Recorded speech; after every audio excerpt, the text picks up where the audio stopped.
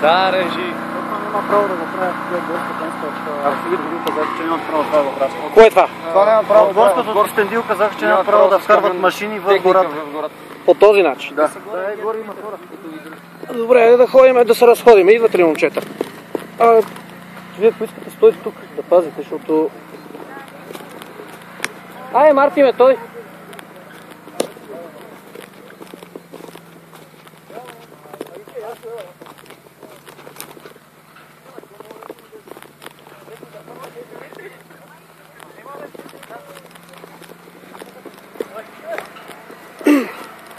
Намираме се в гората над пернишкото село Кралев до планината Голо Бърдо, където сме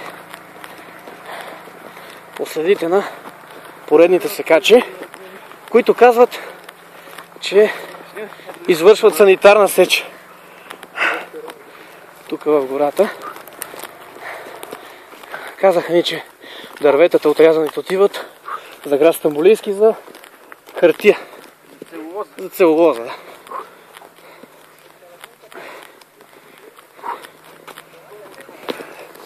Ето ги и момчетата, които възстанаха срещу сечта в Голо Бърдо и утре организират протест. Сега сме по следите тук на работници, които се надяват да ни заведат при отговорника на групата, за да ни каже какво точно се извършва тук. От кое? От кое?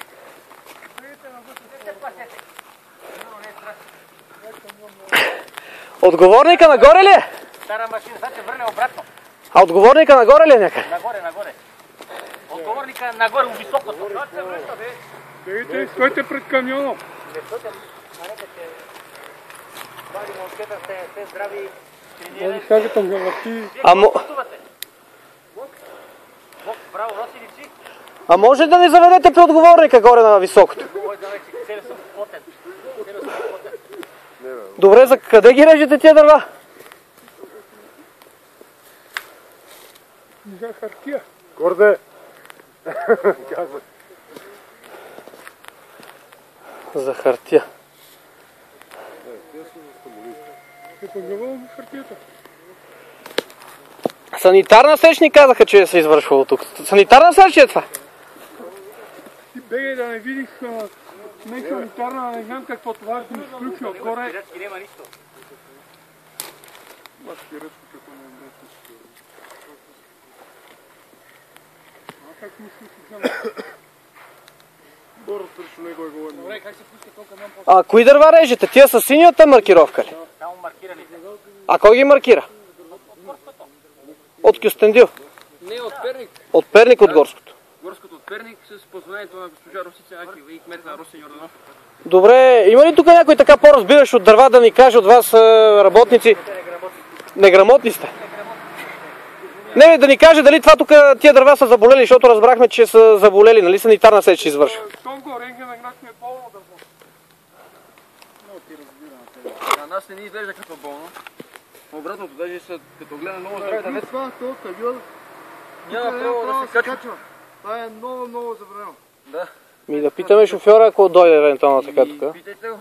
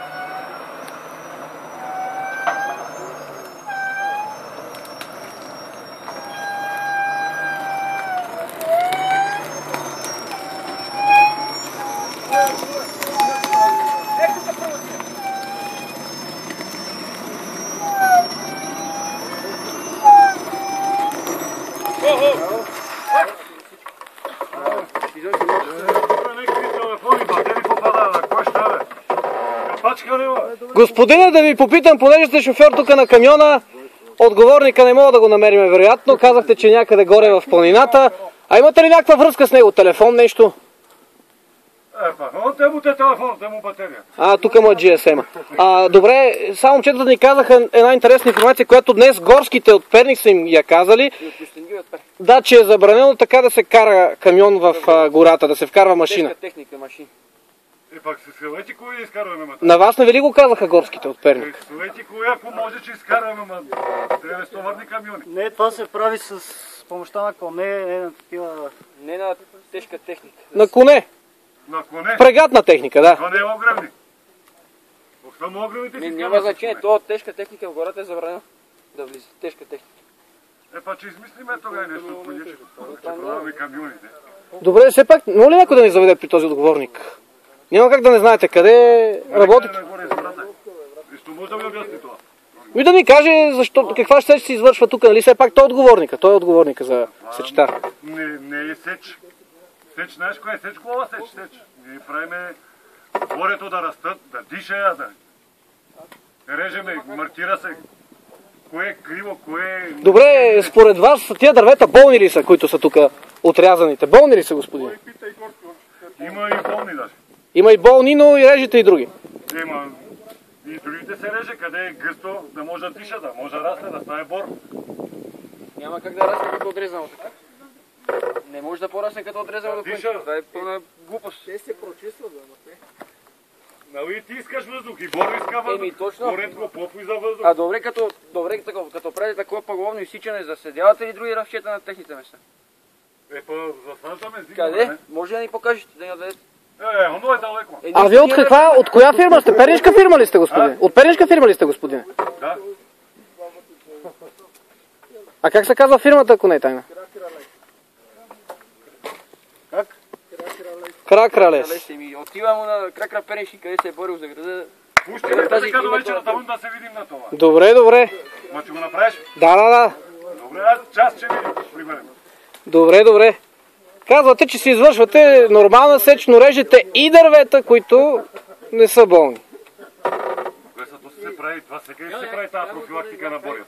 На боро специално се прави сега тази профилактика. Добре, режете ли други дървета, освен борови? Дъбови, букови?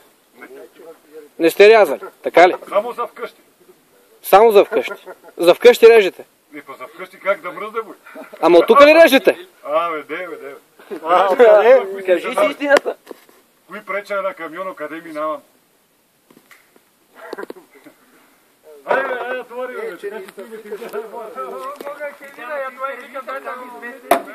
даже ако искате, елате, помогнете. Да, товариме камиона. Това момче, снайповете. Може ли да ниете телефона на управителя на фирмата, да му се обадим да го... Хора от селото долу казаха, че режете всеки дървета. Да, всекакви дървета и няма вода вече. Няма вода. Водата се спира благодарение на дървета. Точно Боро пие вода. Бора вода няма никъде. Ама не, вие ни дрезате само борове. Букове и дъбове са изрязвали. Само маркирали. Добре, може да ни заведете където те да са и дървета. Според мен е бор, не е бук и дъб. 20 дена не съм... Ама, нали казахте, че едно дърво режете, едно насаждате. Може ли да ни откарате? Разрешение такова нещо няма, разбираш. Без горски не става нищо. Може да му се обадите на... Значи горския. Тия големи боре, па да туриш паненко да посадиш. Венци... Може ли... Горе се качете и с гъстото да видите какво става. Венци и Здравко. Да. От горското. От горско. Те са горски двон. Един е технически. Добре, Мартине, мисля, че може би тях трябва да ги попитаме. Все пак хората си вършат тук работата. Нали, режат, каквото им е маркирано, други хора са го маркирали. Виновни са горските общински съветници, кмета на община Перник, кмета на Кралево. Всички тук. Мовков, директора. Директора на кой? На горското? На Кракра. Значи до вечера ще се гледам на... И аз се гледаш, аз се не гледаш. Може да се гледаш убово.